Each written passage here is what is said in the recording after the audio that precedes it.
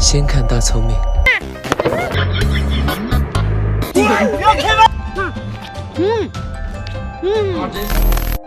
这兄弟吃的真香啊！98一个，开又断了。据说鸵鸟蛋是鸡蛋的20倍，你们觉得呢？鸵鸟蛋的蛋白质含量为22.5，而鸡蛋的蛋白质含量为14.7。一个鸡蛋1块钱，一个鸵鸟蛋98，你们知道怎么选了吧？开火。算了，还是上锅蒸吧。